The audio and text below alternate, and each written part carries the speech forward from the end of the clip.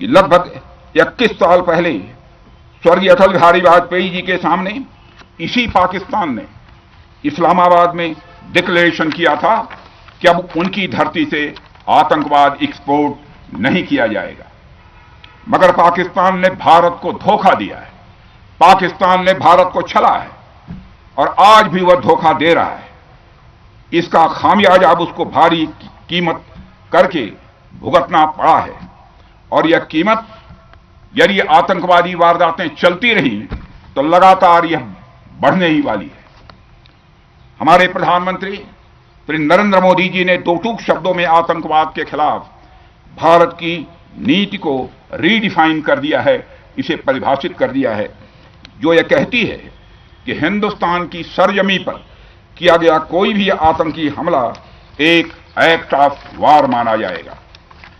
दोनों देशों में जो अंडरस्टैंडिंग बनी है फिलहाल वह इसी बात को लेकर है कि सरहद पार से कोई बेजा हरकत अब नहीं की जाएगी।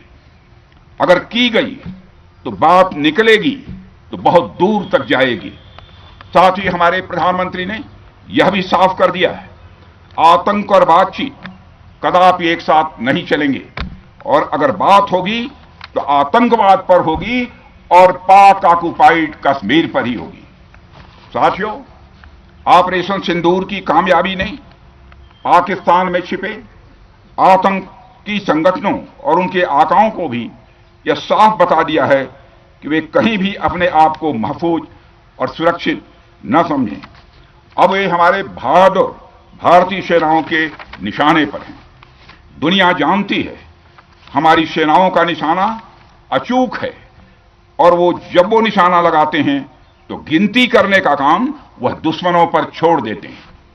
साथियों, आज आतंकवाद के खिलाफ भारत की प्रतिज्ञा कितनी कठोर है इसका पता इसी बात से चलता है कि हमने उनके न्यूक्लियर ब्लैकमेल की भी परवाह नहीं की है।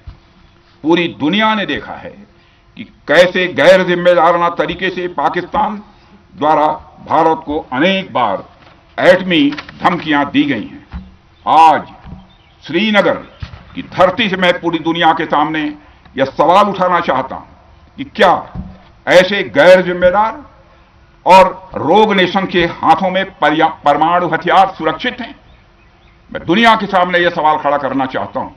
मैं मानता हूं कि पाकिस्तान के एटमी हथियारों को IAEA international atomic energy agency की निगरानी में लिया जाना चाहिए। मैं यह कहना चाहूंगा और साफ तौर पर कहना चाहूंगा।